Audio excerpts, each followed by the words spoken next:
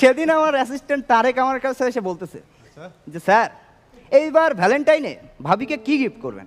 তো আমি তাকে বললাম যে একটা ডায়মন্ডের ইয়াররিং আর একটা মার্সিডিজ কার গিফট করবো। সে আমাকে জিজ্ঞেস করলো যে এত কিছু রেখে ইয়াররিং আর মার্সিডিজ কার কেন? তা আমি তাকে বুঝাই বললাম যে ইয়াররিংটা প্রথমে গিফট করব, পছন্দ হইলে হইল, না হইলে সে মার্সিডিজ কারে যেয়ে চেঞ্জ করে নিয়ে আসবে, সিম্পল। তো এবার তুই কি দিতেছিস তোর বউরে? তো সে আমাকে বললো যে আমি এক জোড়া স্যান্ডেল আর 1 কেজি মুড়ি। তো আমি একটু অবাক হয়ে জিজ্ঞেস করলাম যে 1 কেজি মুড়ি আর এক জোড়া স্যান্ডেল কেন?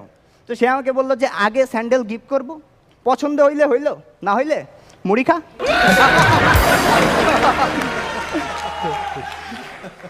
তো সকল মেয়েদের উদ্দেশ্যে বলতেছি যে বিয়ে করতে হইলে আমার মতো রিচ কিডরাই বিয়ে করেন, কারণ বিয়ের পরে তো কান্না করতেই হবে।